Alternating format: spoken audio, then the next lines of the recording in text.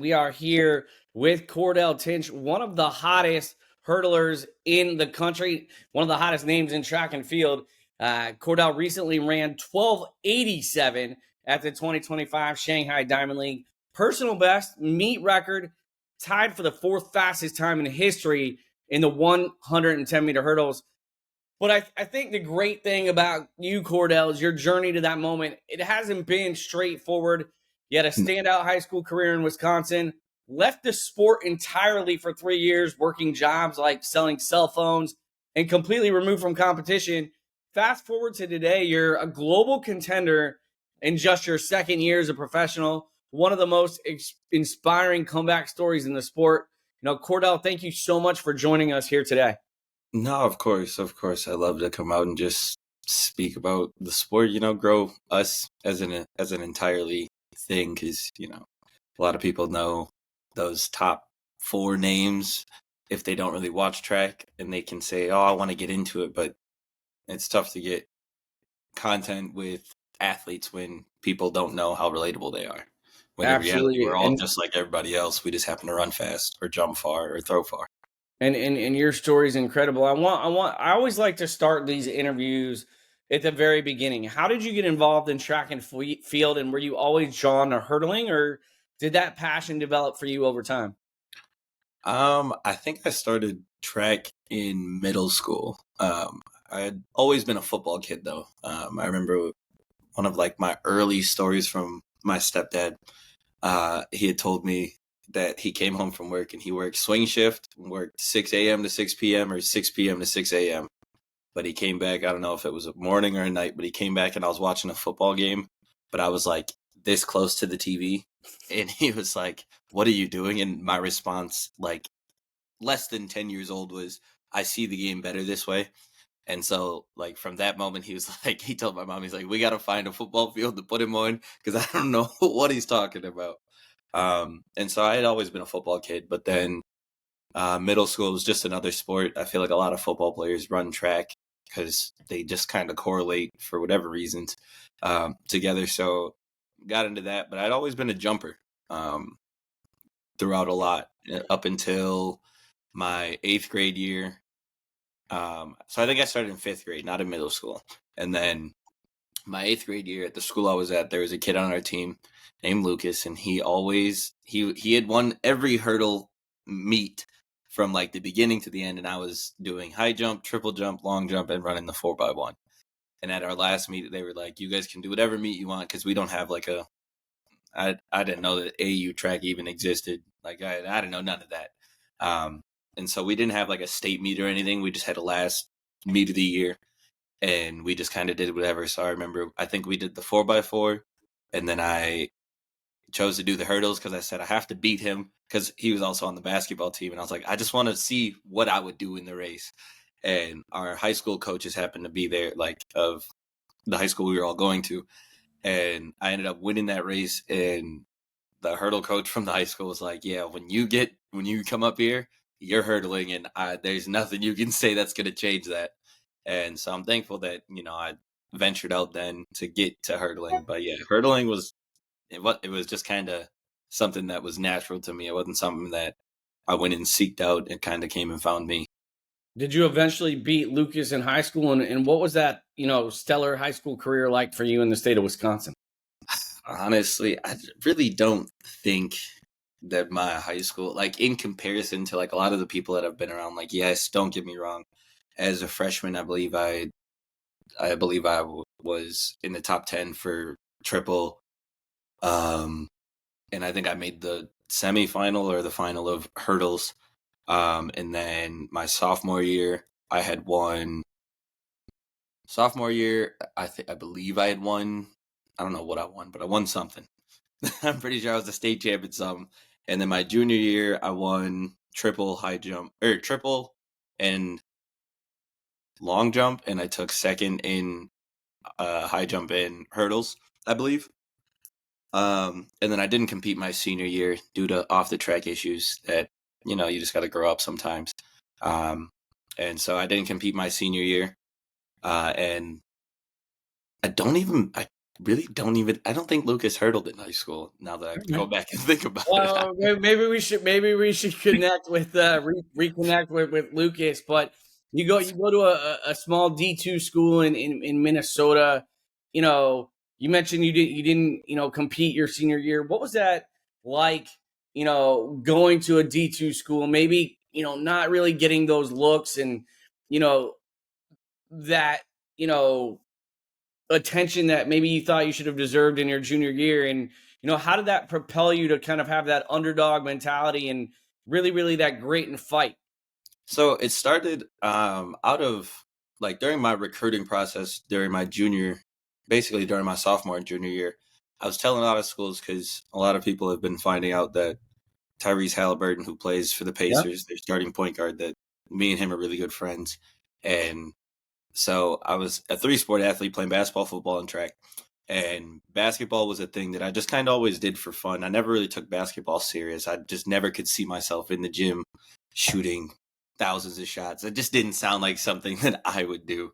So, basketball was just something I did for fun, went and played with him and enjoyed that. But me and our AAU coach, I had told any coach that reaches out to him, honestly, tell him that I'm going to focus on track or football. So we just wiped basketball off the table.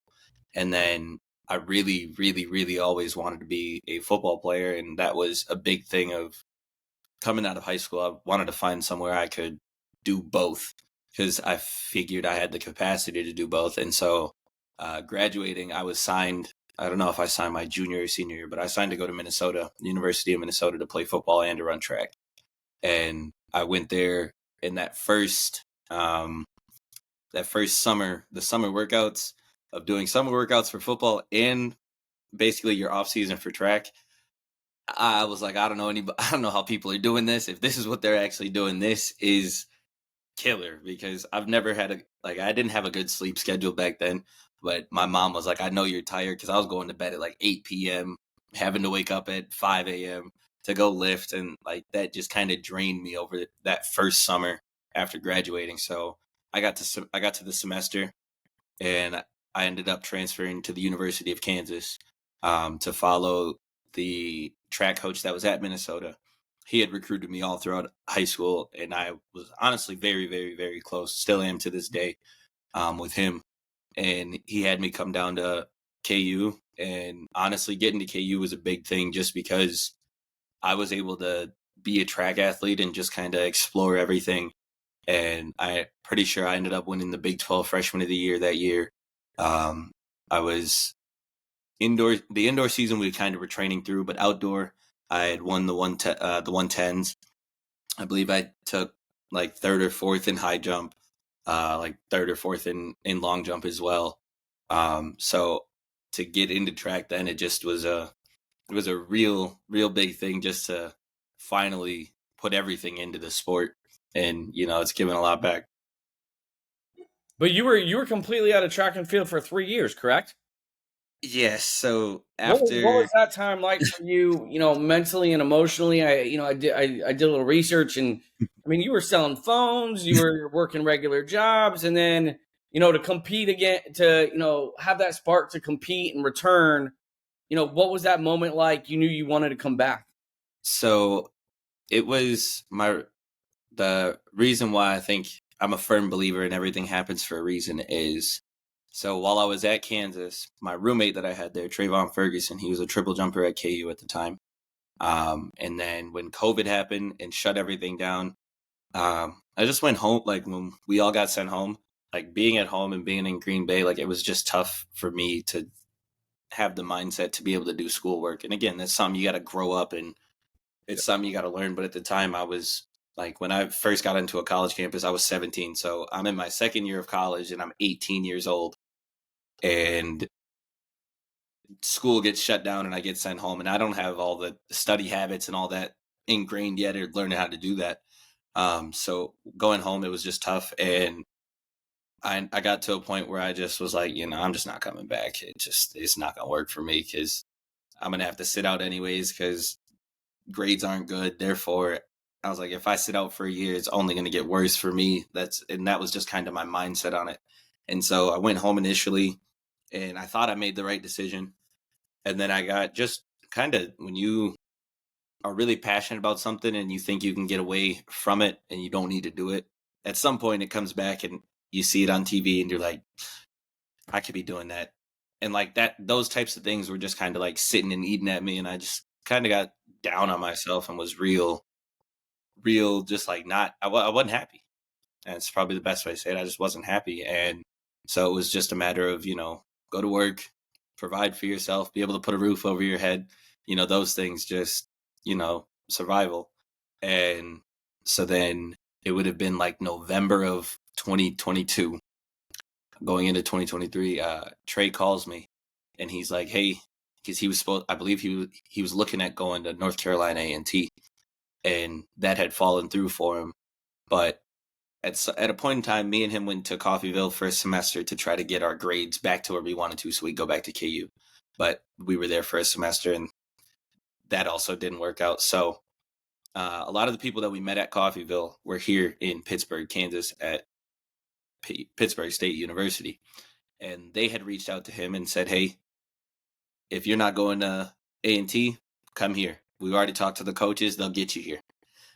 And me and him were in contact still, but like we didn't talk every day as we used to. We used to live together, but obviously when you don't see somebody, you kind of reel it back just a little bit. But to know that his words to them were, I'll come, but tell the coaches they have to get Cordell to come. And they're like, does he even do anything anymore? And he was like, it doesn't matter. I'm not coming unless he's coming.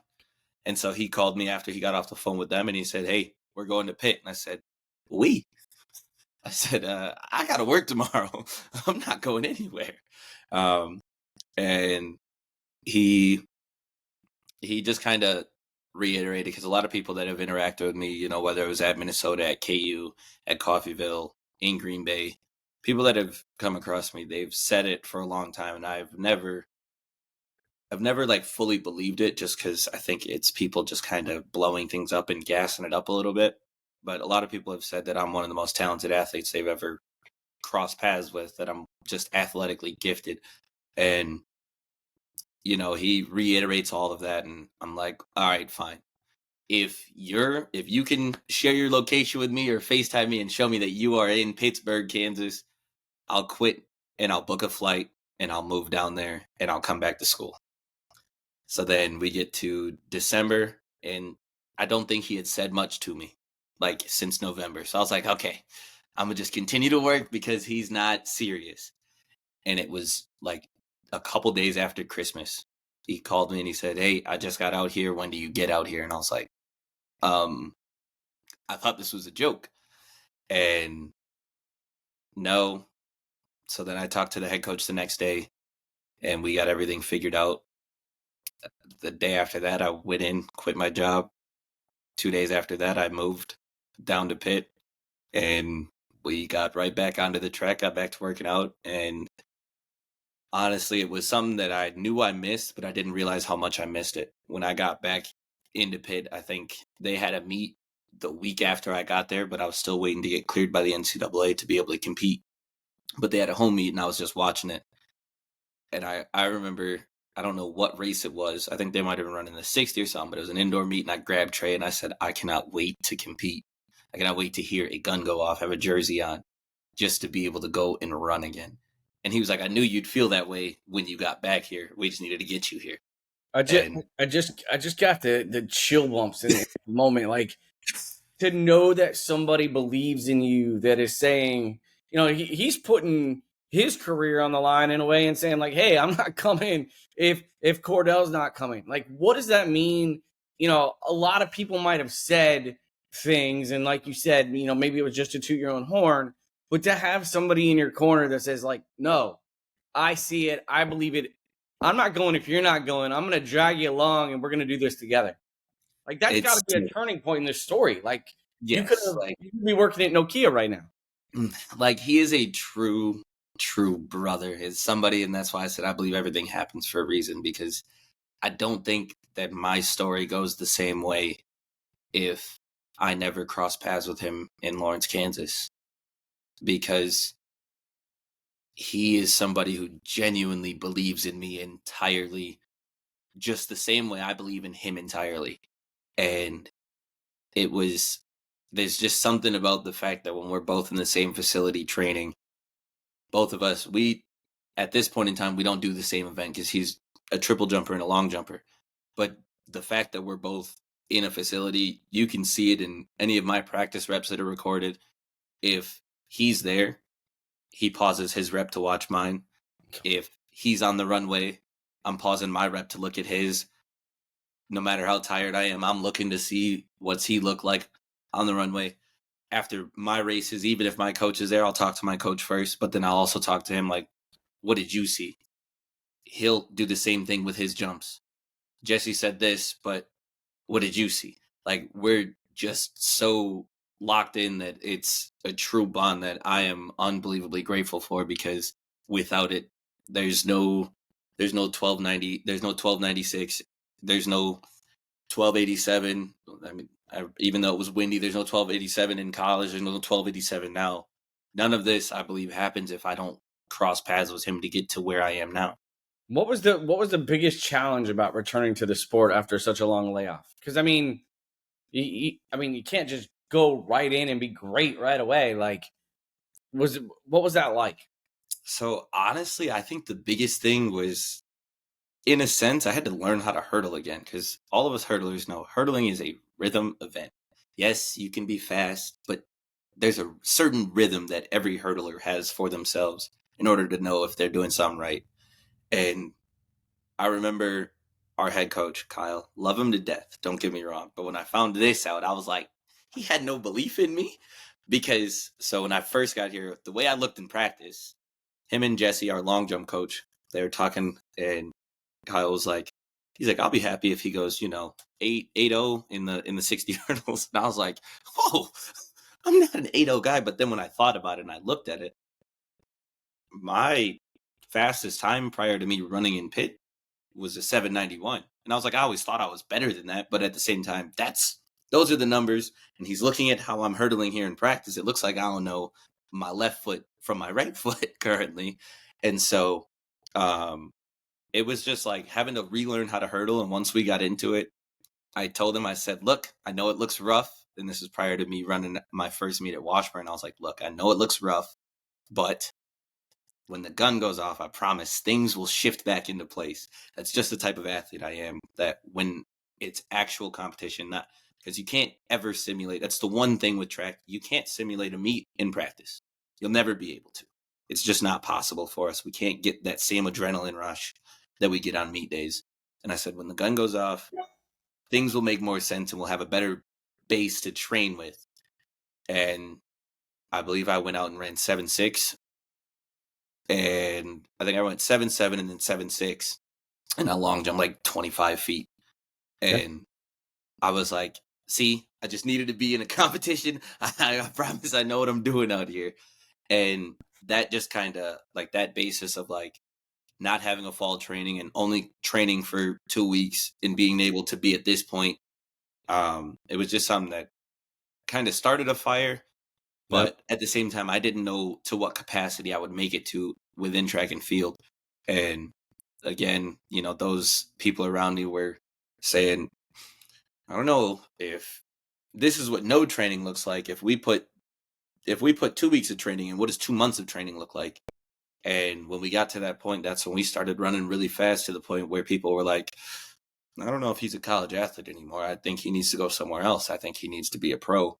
And I didn't believe those conversations at all until I had ran 1296, when you put yourself in the realm of historic times and something that people rarely do. That's when it really started to set in of like, okay, maybe they were right. And it was honestly just a fever dream of I can't even say a year, because it was like 6 months. It was like 6 or 7 months of going from not running to opening up to running sub 13 to making a world team in the matter of 7 months, because USA's that year was in July. Yeah, and I was gonna kind of go off that, like, just going back to that, in that season where you won 3 individual national titles in one meet. You won the 110 hurdles, the long jump, the high jump. Like, did that feel like a personal redemption arc for you? Like, wow, and then that 1297, like, hey, I've arrived. Like, all this, naysayers and literal hurdles that I had to overcome, like, man, it was worth it, and I'm here, and I'm where I need to be. Absolutely. It was a big thing to prove to myself because don't get me wrong, we had won indoor nationals and I was happy with it, but at the same time I was disappointed because yes, I won the 60 and yes, I won high jump, but I didn't even make the final in long jump, which to each their own. I will always complain about it because I ran my hurdle race and was rushed right from finishing that race onto the runway to jump 3 times in 3 minutes. But that's besides the point. But um, I was disappointed just in myself, just because I felt like I wanted to win everything. That was the mindset going into the meets. I was like, look, I love all my teammates that are in the same event, but you're not beating me. I'm not letting that happen. And so to go and lose in long jump, and then when we got to outdoor, not only was I on the path of I wanted to win everything, but at the same time, we had a lot of injuries from indoor to outdoor, where our team was a powerhouse indoor, and we were a little nervous going into outdoor. And my Kyle, my coach now, the head coach of Pitt, he was telling me, he was trying to tell me to not be nervous and to relax and not let everything, not put the whole team on my back as far as trying to set the tone or anything. But I think that pressure makes diamonds, and that's what I did. I put the pressure of everything and made sure if I go out here and do my part, not only will it inspire the rest of my team to fire it up and to go do their parts, but at the same time it gives us a little more leeway in order, if someone doesn't run well, as long as I go out and perform, we're gonna be okay and go get this ring for the team. And I think that's why I think the video is somewhere of high jump, just because high jumping at that meet and winning that title was, yes, I ran 1287 windy there, and I long jumped like 816 or something like that there as well. But the high jump was the biggest thing, simply because I took the first bar, and then I left the competition and didn't take another bar. I cleared only 2 bars and was the national champ, because I came back and I missed twice. And my coach was like, do you want to take this? Do you want to take another jump here? Or do you want to pass this bar? And I said, pass the bar, and I'm going to go secure the title for us. That's what I told him. And I went and I sat down on the ground, collected myself, went, and there's so much emotion coming off the mat because of that in particular, that I just don't know if any other sport really has that as far as track and field, because all the work that you put in behind the doors that nobody sees besides you, your coach, and whoever your training partners are, or your teammates, whether you're in high school, middle school, a professional. All the work that we do behind the scenes doesn't get seen unless you run fast. Like, nobody, the questions are, oh, well, what are his training doing if you don't go and perform well?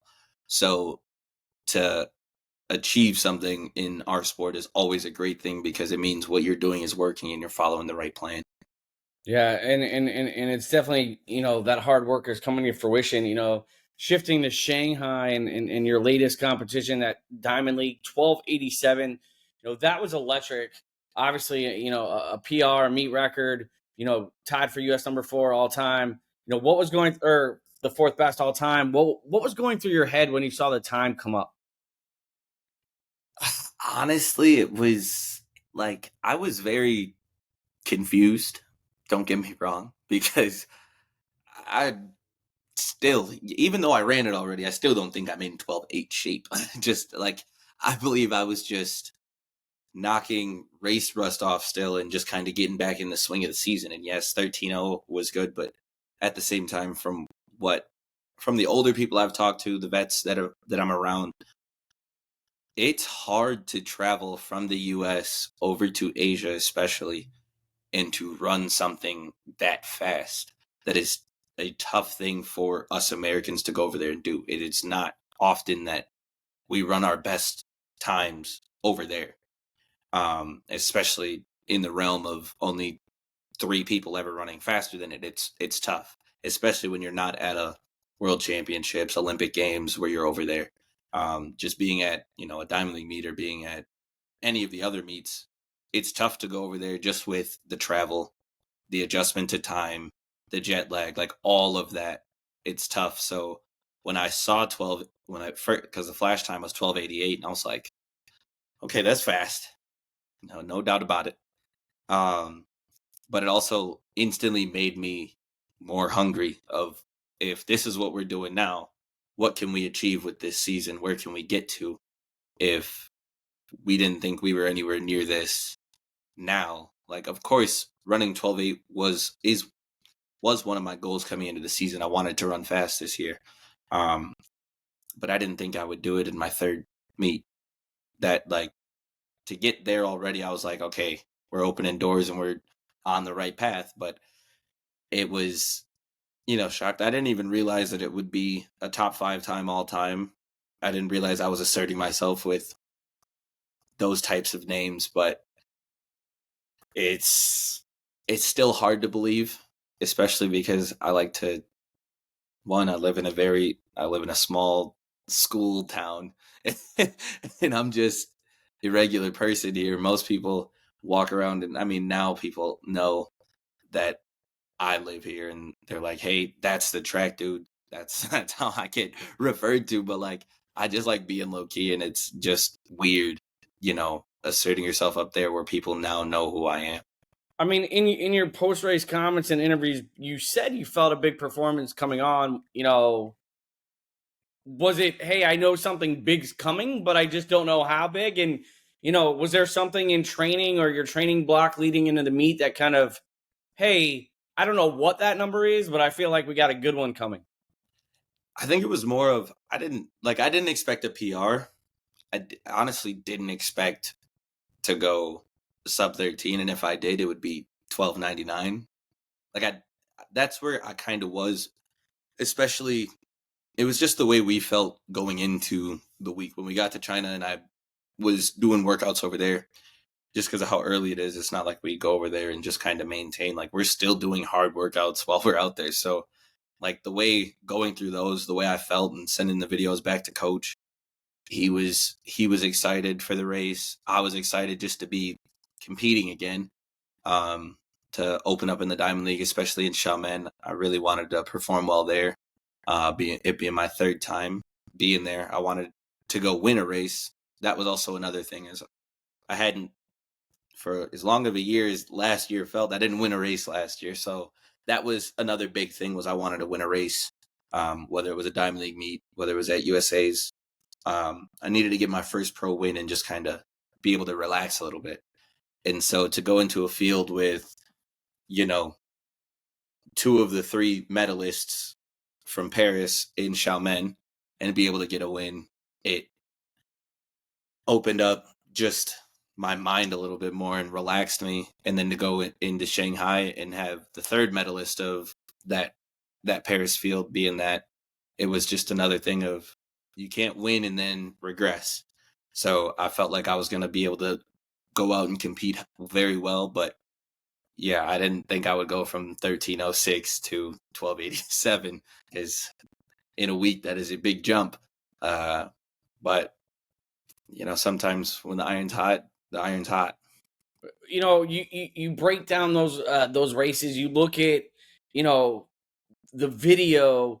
What do you think really worked, and are there areas where you can fine tune and maybe trim a couple of hundredths and tenths off of the time? I mean, even the 12:87 race, it's not the first 5 are clean hurdles, but through the rest of the race, through the middle part, I think I execute pretty well. But towards the end, normally I do great when, that's my strength as a hurdler, is my last 4 to 5 hurdles, or 3 to 4 hurdles, are usually my best hurdles. It's rare that my first 3, or even like in the 12:87 race, I would say 2 through 6 were probably my best hurdles. But I also got out of the blocks like I've never done before. When we were looking at our touchdown times in the race analysis, there's things that I've done in that race that we've been working towards, and that's been the goal, is to have that show up in a race, and to see it come out. It puts even more trust into my coach of, he's got me on the right path. He understands me as an athlete and is getting the right things out of me in training that we can apply to a starting line. But I think that there's always improvement. Human limitation is only so far. I don't think that we're at the human limit yet of hurdling. I think that there's a lot of us athletes that are about to push boundaries this season, both in the men's hurdles and the women's hurdles. There's fast times being ran all over. And, now that I've asserted myself up there, I got to continue to build on it. You mentioned your coach, you mentioned your training group. Just talk a little bit about that and, how they've helped you, focus physically and mentally and, really stay grounded in all of this. I mean, that's to start. I think the being grounded is the biggest thing. Is being in a small town. There's no distractions. There's no nothing. It is me, track and field, and this room I am in currently. Like I don't. There's not much for me to do, and I love it that way because I get to put everything in the track. Come home, go to sleep. If I'm tired, come home, go to sleep, or come home, watch TV. Come home, play PlayStation. Like it's as simple as that. I love to be out the way. So like that's a big thing of just being somewhere that I'm comfortable, but I'm also around a fantastic Division II school that honestly can go compete with a lot of Division I schools. That is a very talented team. But at the same time, I think that my story has inspired a lot of them, and I want to continue to be an inspiration, whether it's for the people on the team currently or the people that are signing here because of me being here. I want to continue to be able to inspire them and, my family back home. That's also another big thing is me being here. They know that this is, even though I'm 10 hours from home, that being in a place like this is a great place for me to excel and be the best version of me. I just think that the training group, being around them, a lot of people had their doubts, they had questions and concerns about me staying here and training with a Division II school versus going to train with one of the pro groups or one of the pro coaches. But I just didn't want to change anything that didn't work for me. So I've enjoyed being here, and Kyle and I have a fantastic relationship in order to break down certain things. And I can say, I'm just the athlete, so I don't know all the drills or anything, but I can say, hey, is there a way we can find a drill where we can feel this through this, or if we can attempt to simulate this in practice? And he does a fantastic job as to, hey, we're going to try this, and if it works, it works, and if it doesn't, we'll throw it out and I'll find a different way. So to be able to constantly be able to move things and build off of what we've done or build off of how we look, it's one of the greatest things you can have, and that's in the relationship with you and your coach. And just kind of wrapping things up in the next couple of questions, does it feel surreal knowing, your name is now mentioned alongside names like Aries Merritt and Grant Holloway and Dayron Robles? Like, to say like, wow, Cordell Tinch, from what that journey we've came through, and now we're, being mentioned with three of the greatest hurdlers of all time. Yes, it is definitely surreal. I was just talking about this with the guys here, because one of them said, like, you're really a GOAT for real. And my thought process, which I think this is what makes me the athlete I am, is yes, I ran 12.8, but at the same time, we run this sport not only to claim you're the fastest, but we also run in this sport for medals. That's the thing. And I told him I can't be yet, even though, yes, I've ran fast. I don't feel right being in that conversation because I have no hardware to show.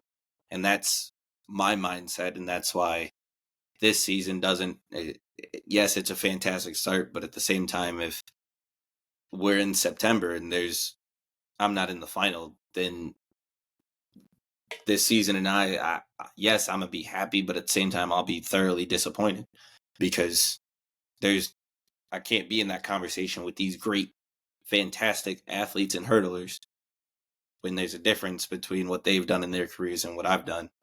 Because I refuse to be a person where they're like, well, yeah, he always ran fast, but he just couldn't figure it out at the end of the season. No, it's not what I'm looking forward to doing. So I would love to, continue to build on this and be, as I said in China, I told them then, I just want to be better each week in order to be the best version of me. And kind of piggybacking off that question, what else do you have locked in for this year? And, what are those goals? I'm not telling anybody my actual goals. All right. I can't do that one. Well, win some medals. That's obviously bring home some hardware. Of course. But honestly, I just want to continue to build, because we've set such a fantastic foundation starting in December. We set a fantastic foundation for this year, and there's a lot of things that we added and took out in order for me to be a better athlete this year, and it's all showing that we're working on the right things. So I want to continue to build off that and just kind of attempt to be as great as possible. Are there more Diamond League meets down the road that you have planned, or what's next on the calendar? Next on the calendar, they just announced it today. I'll be going to Philly for the Grand Slam. I don't remember. I think I'm going to Philly. I'm going to Rome. Rome's a Diamond League meet. Okay. I'm not sure. I'd have to look. But all right. So getting the frequent flyer miles and at the Grand Slam, a chance to steal some money in that golden envelope.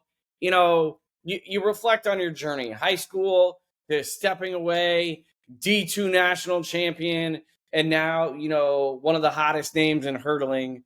What does that arc mean to you? And what do you hope your legacy in track and field will be, or advice you can impart on others?